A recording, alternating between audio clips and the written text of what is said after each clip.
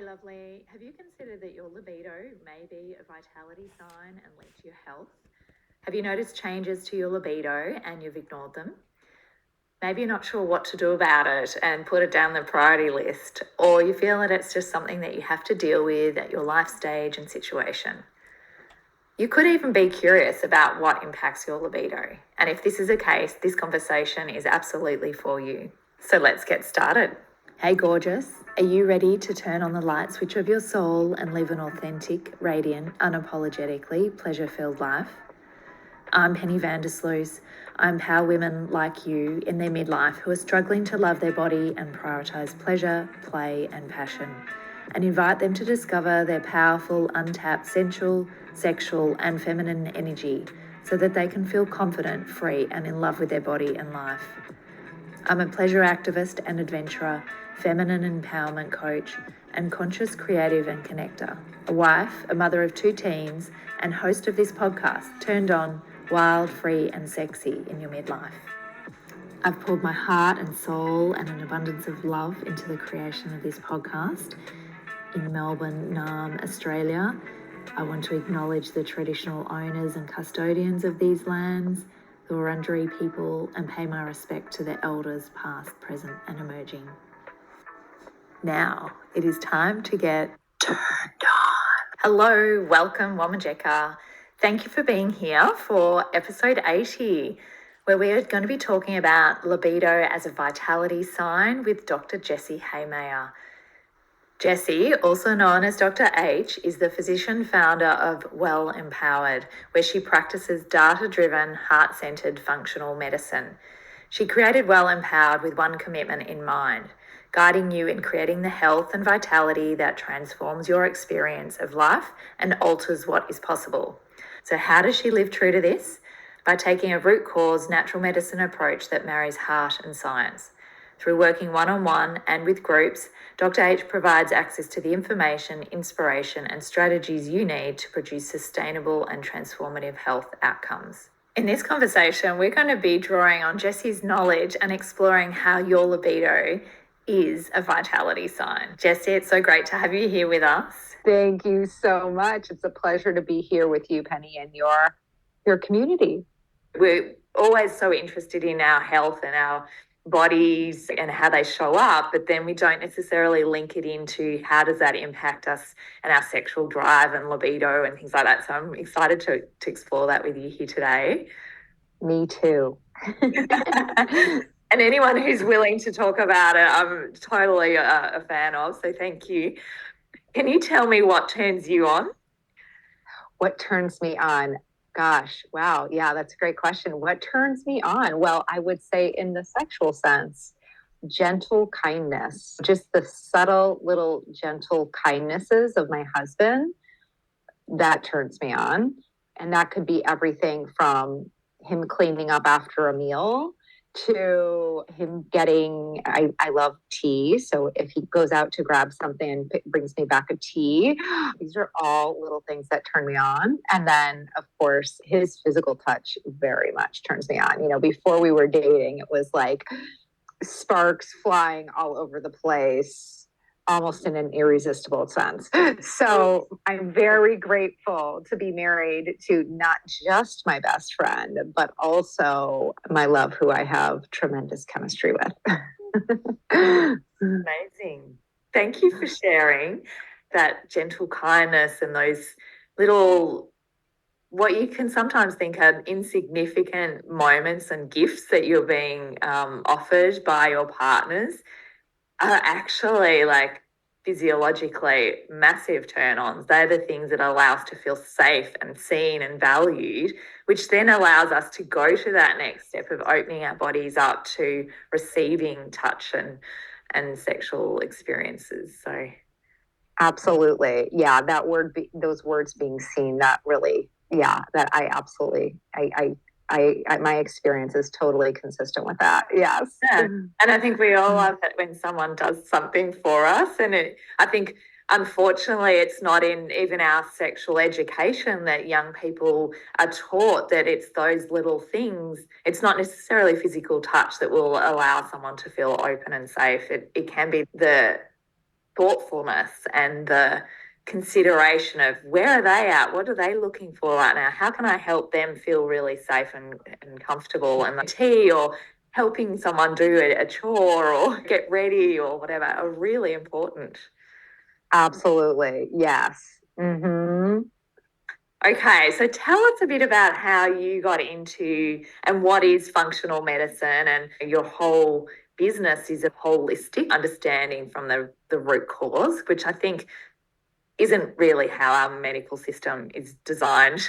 Well, and to start with what is functional medicine, right? You kind of started to go totally in the right spot with holistic and root cause. And what I would call it is data driven natural medicine that, just as you said, dives in and looks to discover and address the root cause of health symptoms or conundrums, and then also looks for opportunities to elevate so that we're really doing what we know to do to vote for our health, our longevity, our vitality, without just throwing darts, based on labs, based on research. And for me, with this information, we're using natural measures to support the body in its healing and also in its capacity to be its physiological best.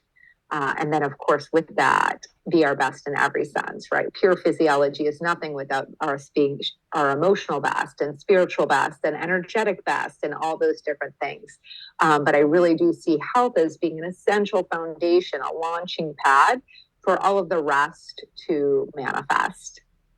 Absolutely. We don't necessarily have a foundation that we can build on. And then when something doesn't kind of work, and I think what you were saying too is the messages are there. So, what are those messages your body is telling you? You know, are we reading them and understanding them and getting to what the core message might be instead of that most loud, noisiest one potentially that can send us off on a different path, can't it?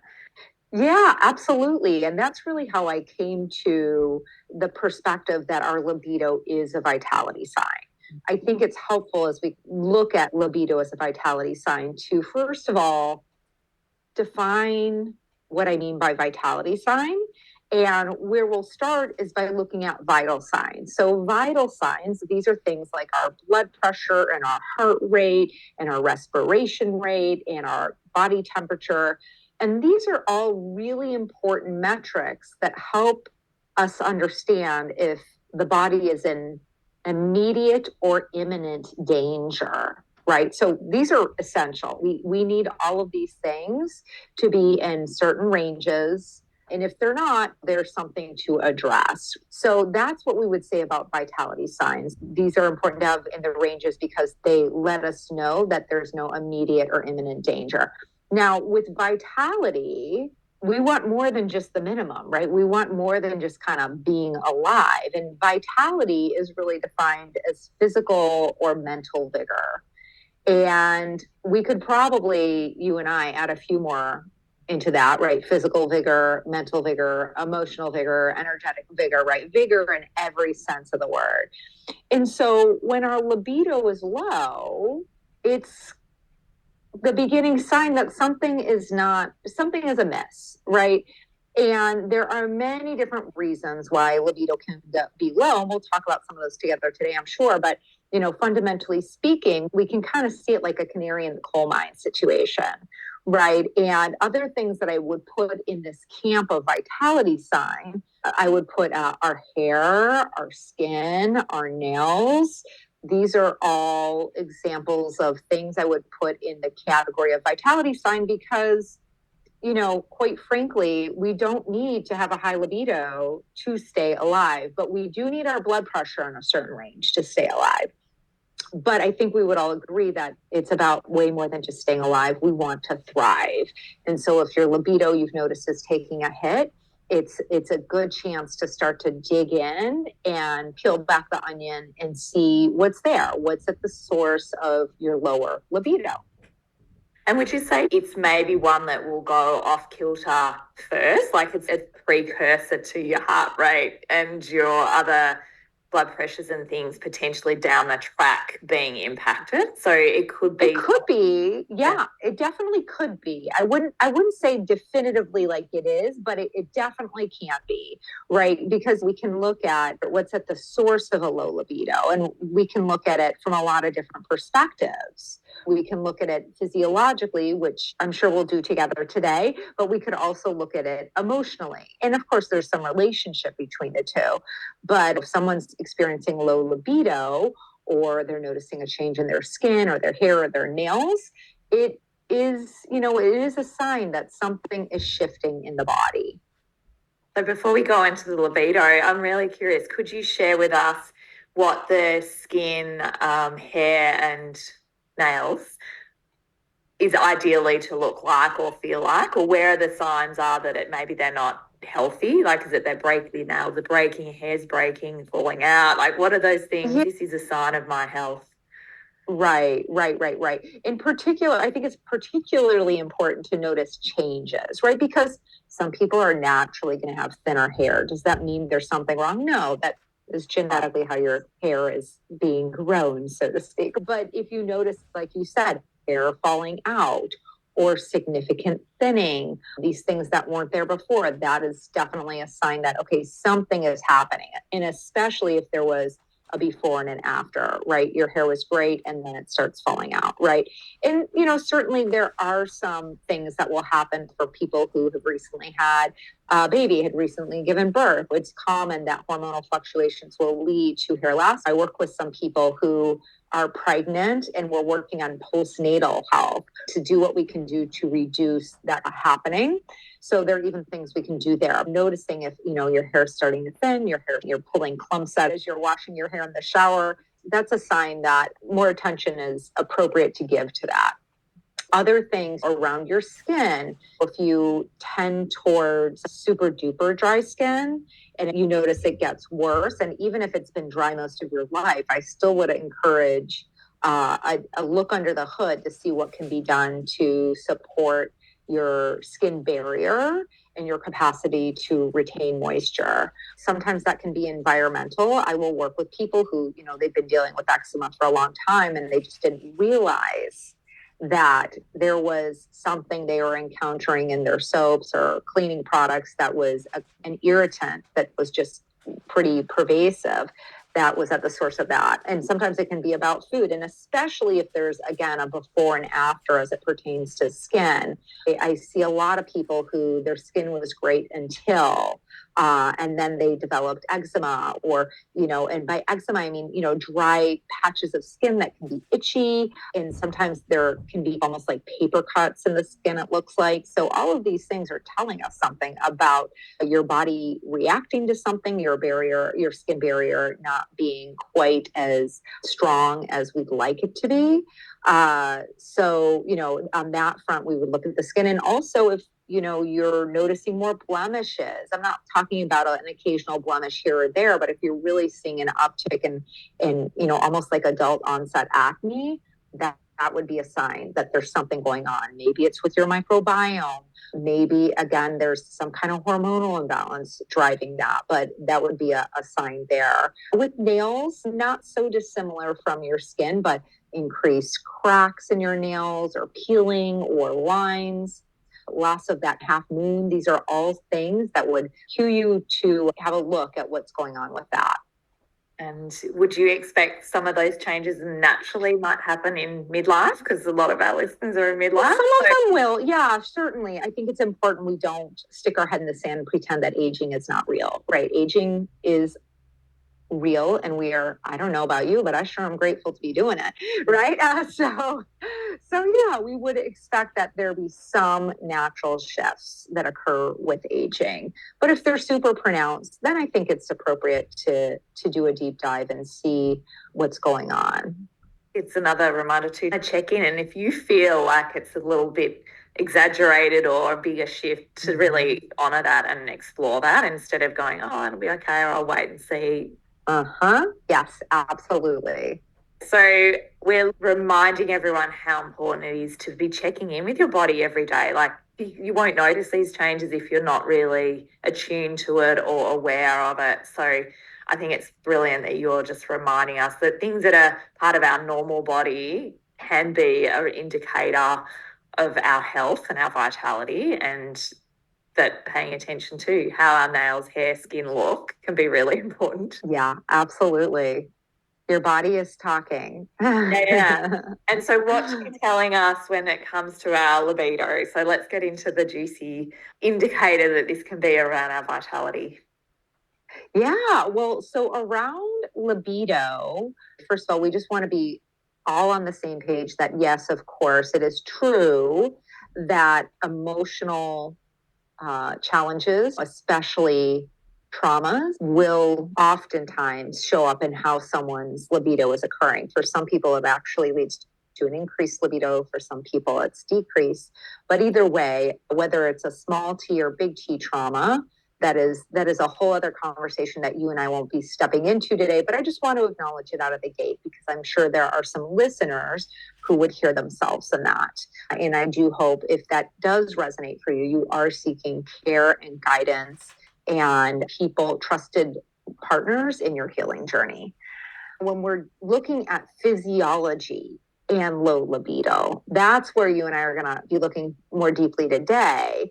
And I would say there are 5 common overlooked causes of a low libido in women in particular. Okay. So one, and then a 6th one that's less overlooked. The 6th one that's less overlooked, we're going to start there. And that's an underfunctioning thyroid. So when someone is hypothyroid and it's unidentified, it's going to affect everything. It's going to affect our production of hormones. And so a low libido would be the natural side effect of that. Now, one of the nuances of that is there are times where someone's thyroid is in lab normal ranges, their labs are in lab normal ranges, but they're still suboptimal. And so you just want to make sure you're working with someone who understands those nuances because lab normal isn't always the same as optimal for you and your body. But again, that's actually not one of the most common overlooked reasons, but it's one that you want to definitely have a look at if you see a noticeable line in the sand around your libido. The 5 things that are most commonly overlooked for women in particular is, first of all, low testosterone. You know, it's kind of funny because low testosterone is almost never overlooked for men, but it is commonly overlooked for women.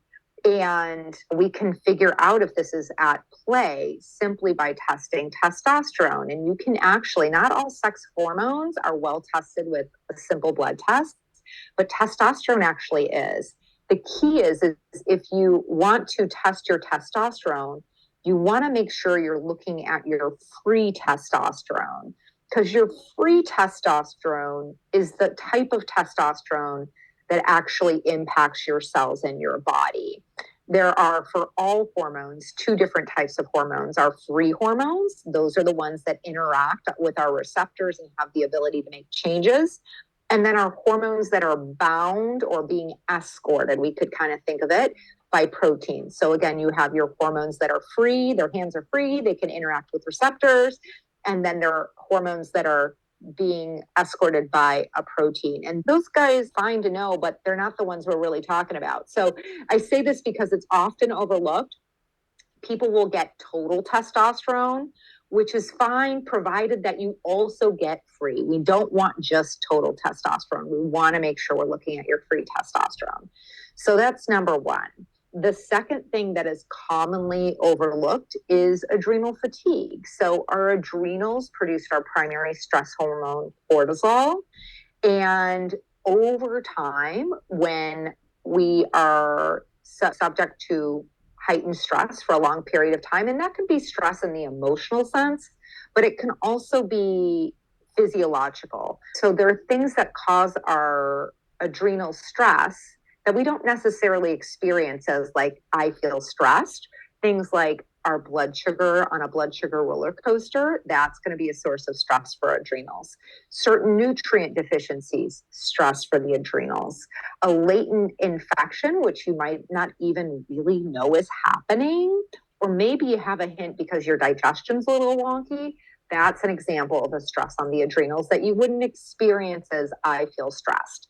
So any kind of prolonged stress on our body, on our adrenals over time will begin to create a situation where our sex hormones take a hit.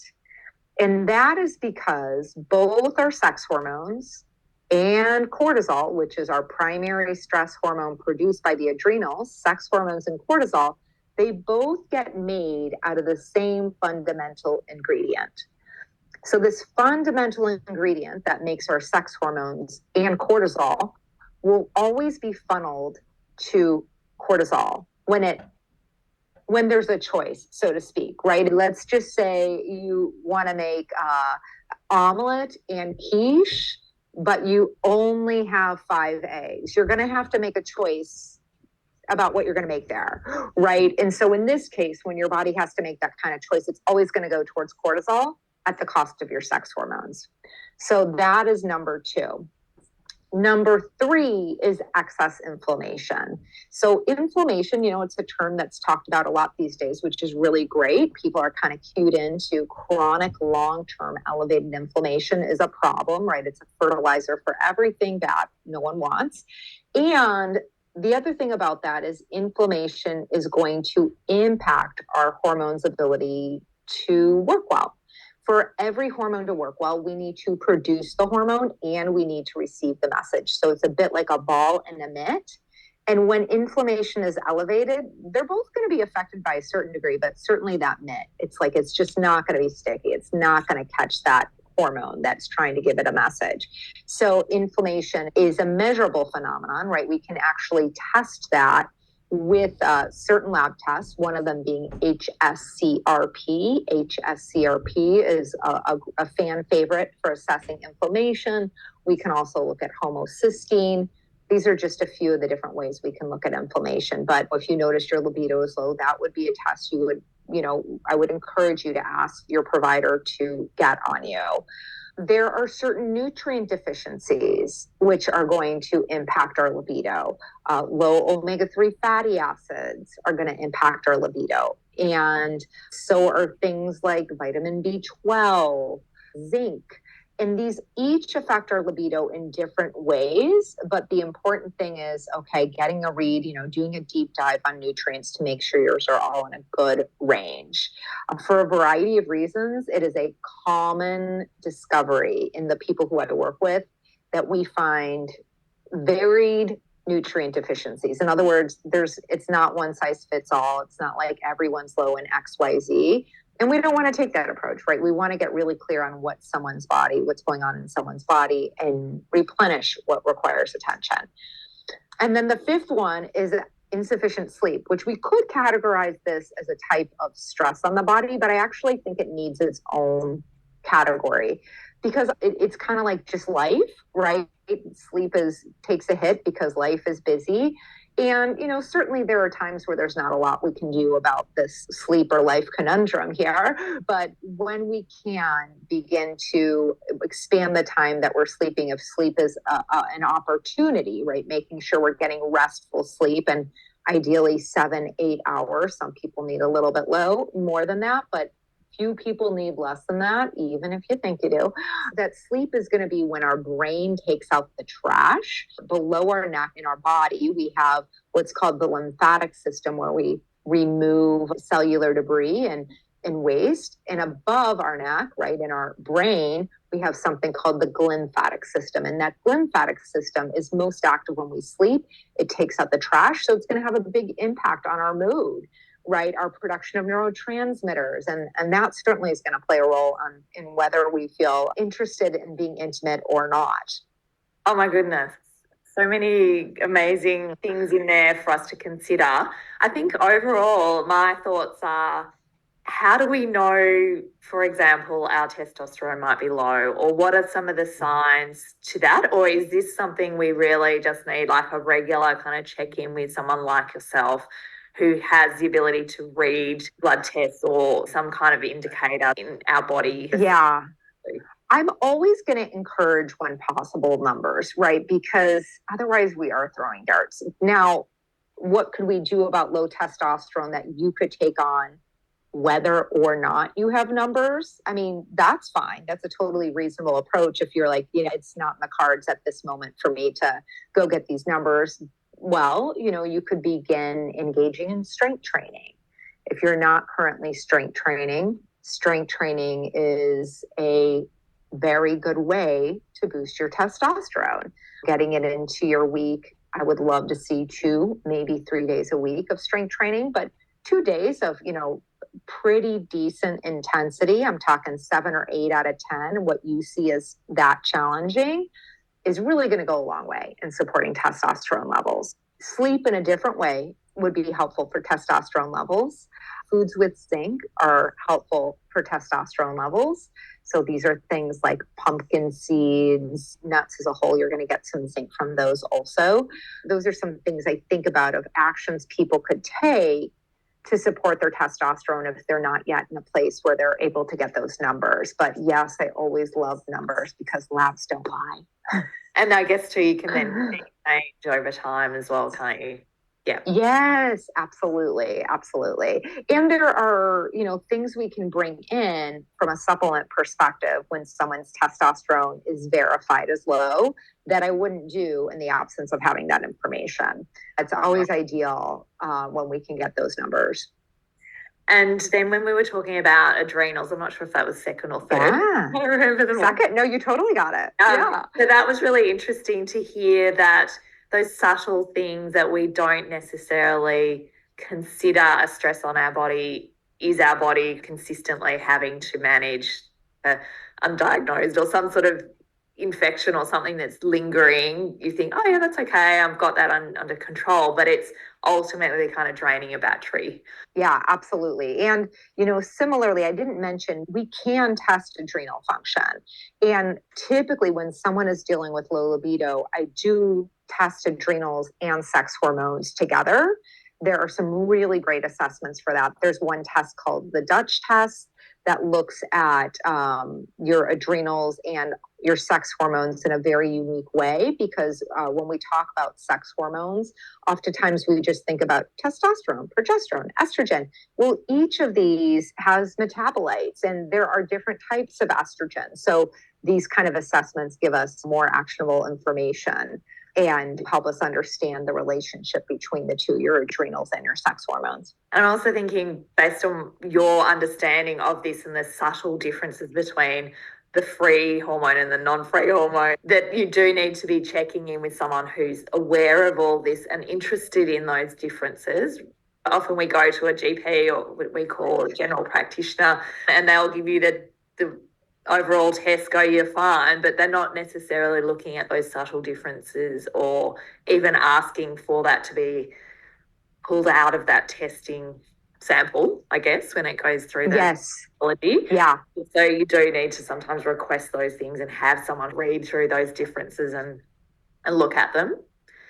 Definitely. Absolutely. Absolutely. And, there are certain things that your GP might be able or willing to order, right?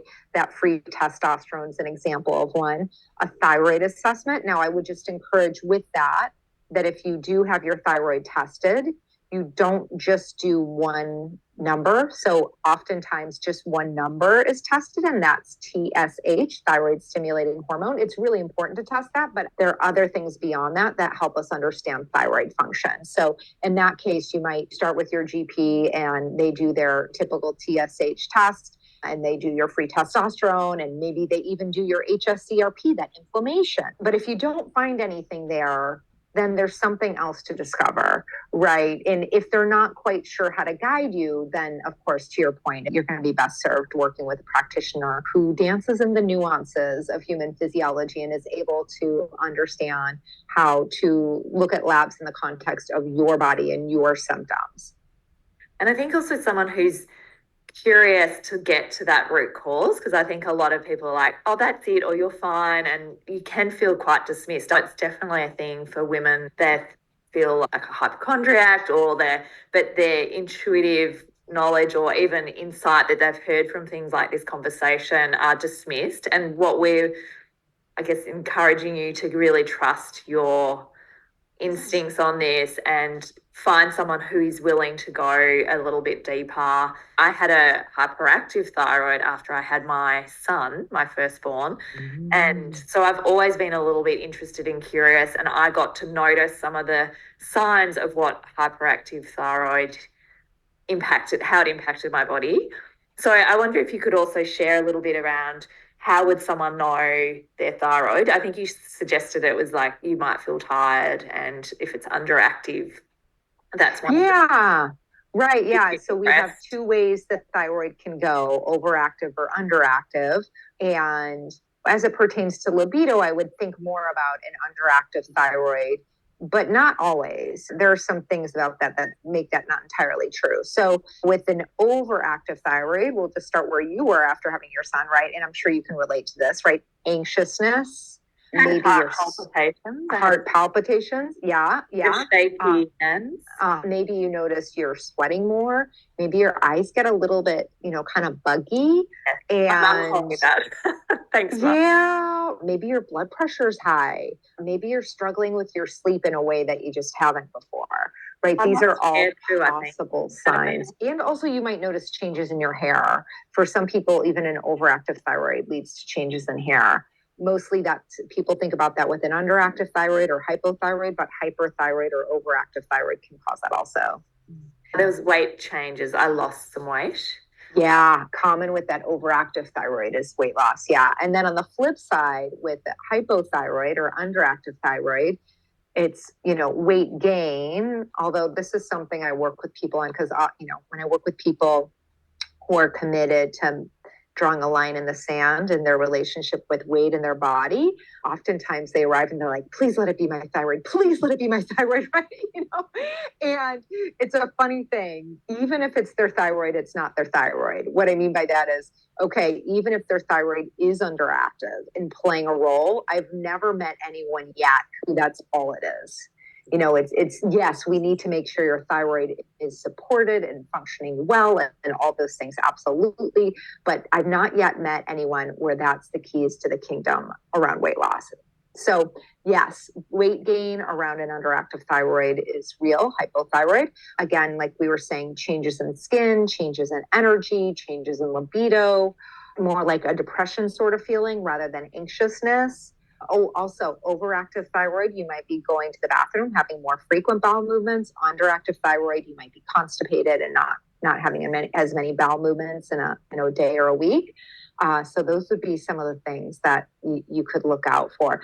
And also there are oddball symptoms. I once worked with a woman who, God bless, she was like tuned in enough with her body, like you were saying, right? She was in her 30s and she had this feeling of like tightness in her throat. And she went to go see her GP and they were like, yeah, you're fine. Nothing going on here. And then she came to see me and we did her labs and she was totally hypothyroid. I mean, just like super duper hypothyroid.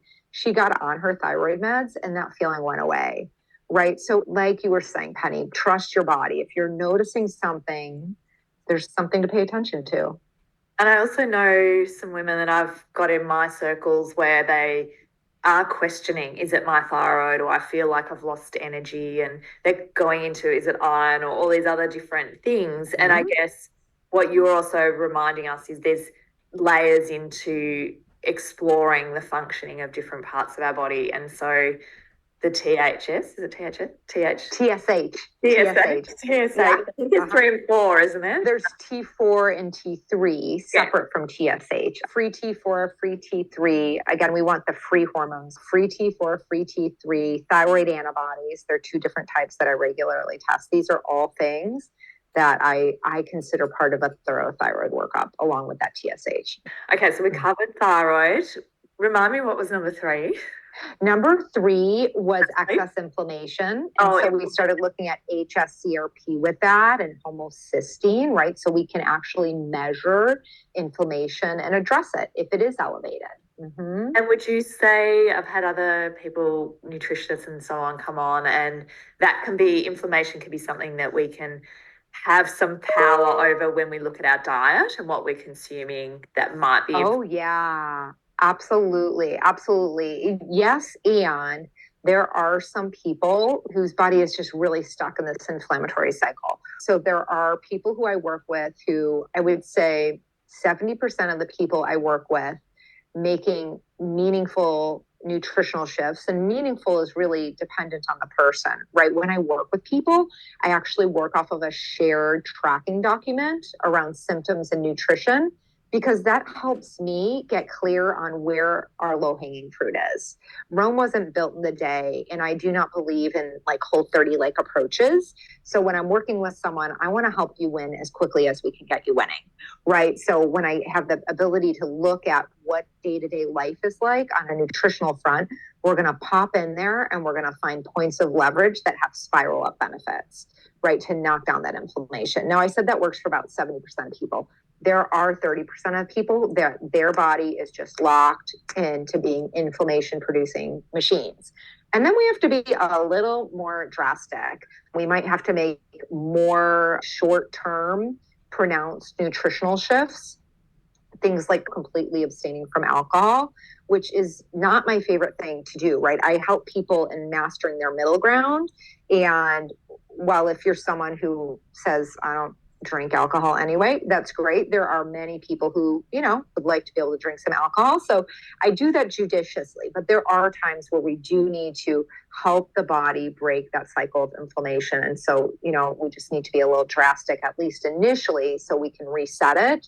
And then oftentimes over time, we're able to find a little more bend because the body's been healed. It's no longer the inflammation producing machine it was.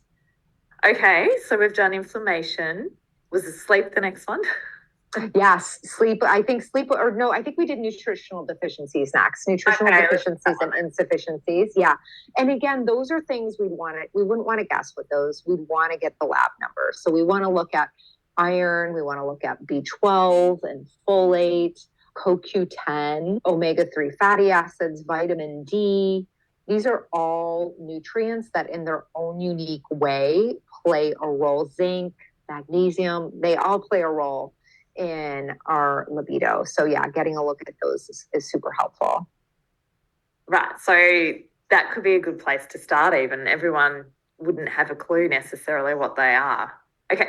Then sleep was the other one. Sleep was the other one. I mean, the cool thing is, that's something you don't need. I mean, yeah, you can get fancy gadgets like Oura rings to track your sleep, but you probably most people have some hint about how their sleep is, right? Not everyone, but most people. There's someone who didn't know they had sleep apnea and they actually do, right? That would be the exception. They have the experience of like, I feel like I'm asleep, but when they really get assessed, they see that they're having these periods of, disrupted breathing, and certainly that's impacting oxygen to the brain and going to lead to all kinds of conundrums. High quality sleep, and ideally 7 to 8 hours, and really looking at how can you play a better game, right? If you know this is something you struggle with and you see there are ways you could even just get 30 minutes more. Okay, I need to put down my phone earlier, not go down the rabbit hole of social media, whatever it is, helping yourself reclaim some of that time for your sleep and restoration. You're also, I think, reminding us too about the quality of sleep, because I think numbers, you can potentially increase numbers, but are you getting the quality that your body needs?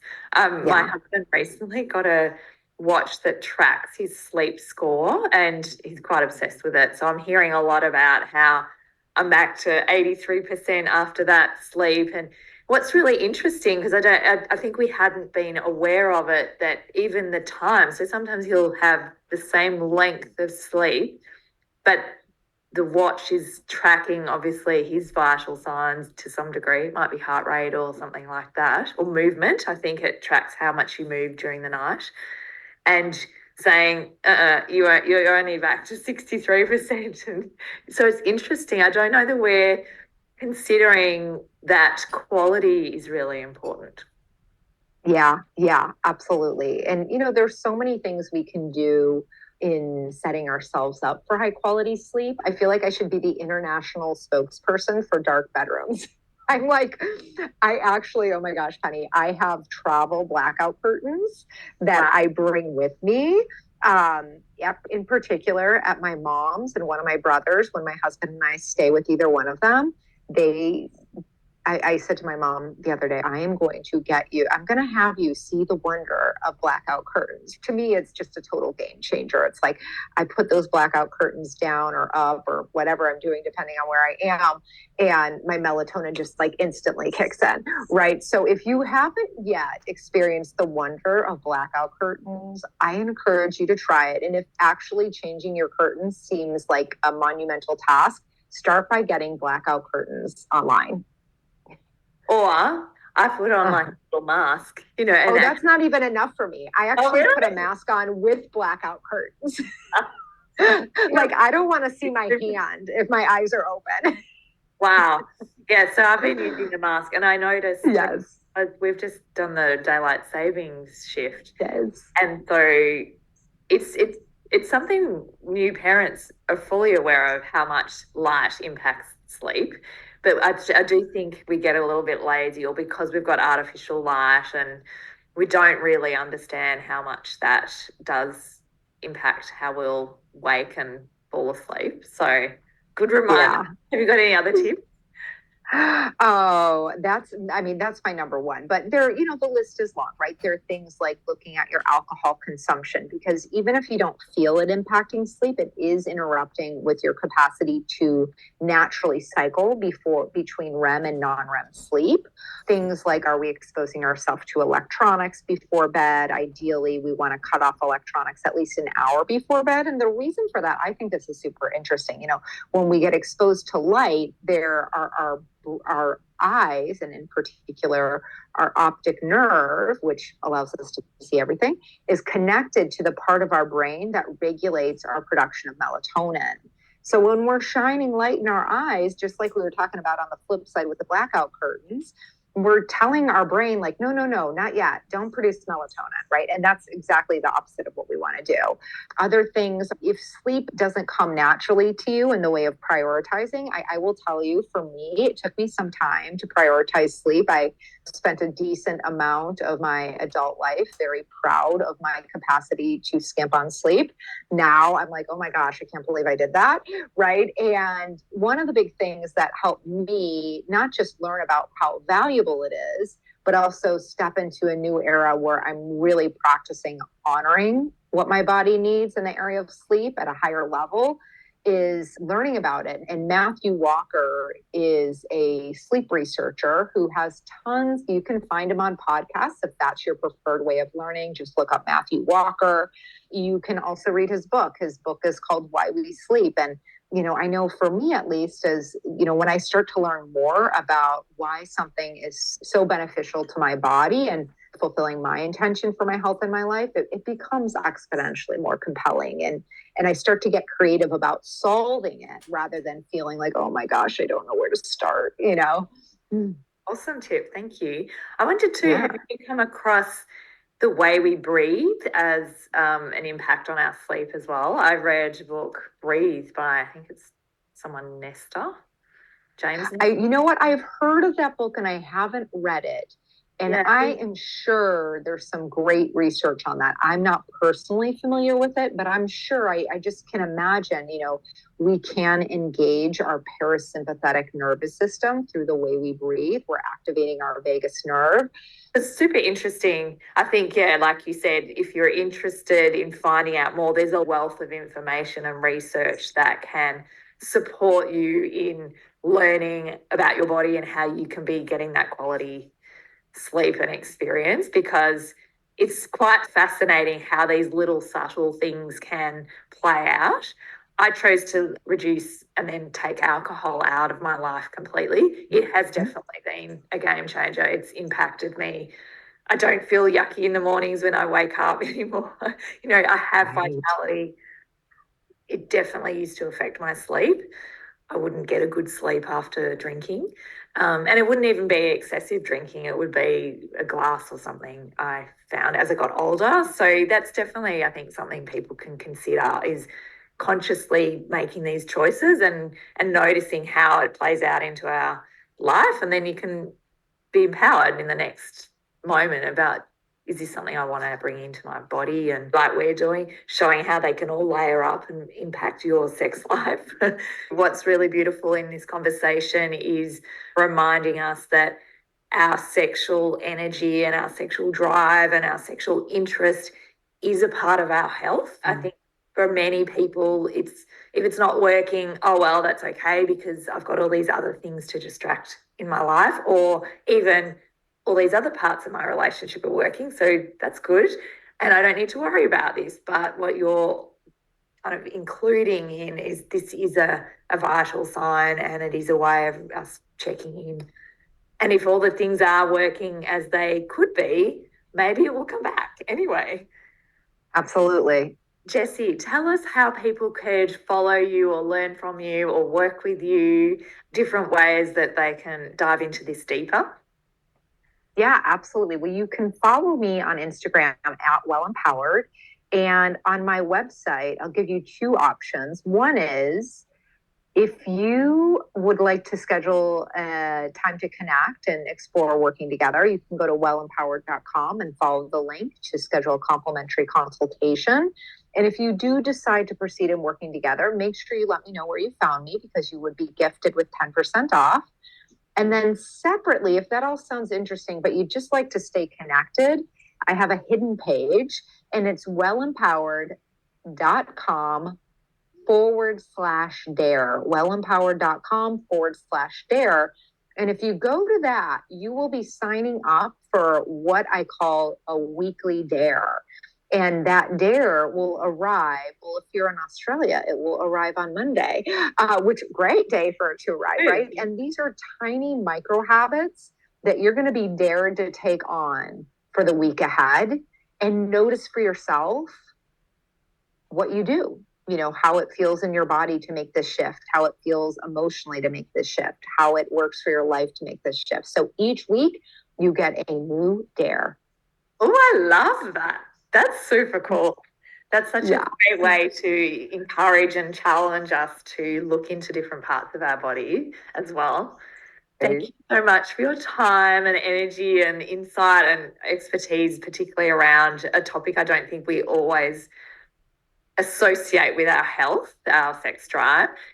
Do you have any other wisdom or tips or advice that you'd love women in their midlife to know?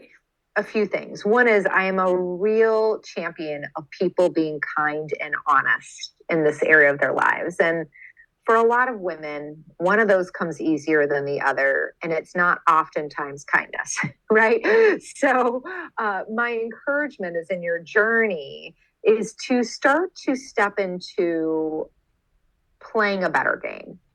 Right. Instead of taking a perfection or bust approach, right, an all or nothing approach, my encouragement is to look for opportunities to dance in playing a better game. So it could be around what you choose to do this evening, right? Maybe instead of having 3 glasses of wine, you have 2. Great. Is that a better game? Then we're super happy for you. It could be around getting 10 minutes of exercise instead of none. Maybe you intended to get 45, but life showed up, work got overwhelming, or your family needed you, but all you are left with is 10 minutes. Great. Then go get movement in with those 10 minutes. And again, it might be around sleep. Maybe you meant to get 8 hours and, something needed your attention, or you did accidentally open up social media, right? Whatever it is, if you can just stop right now and step into a better game, that is going to add up over time. There's going to be synergy in playing a better game. I like it. And it's a little suggestion that those little things do add up and they do count, because sometimes, if it's all or nothing, we'll throw something out if it's too hard or I can't even get started, but you're giving us a little go ahead. Thank you. Thank you. Thank you again. Loved our conversation. And I hope that if anyone's listening and think that there's other people that would benefit from listening to Jessie's advice and insights, please share it and rate it and review it. That would be much appreciated. And have a beautiful day. Thanks, Jessie.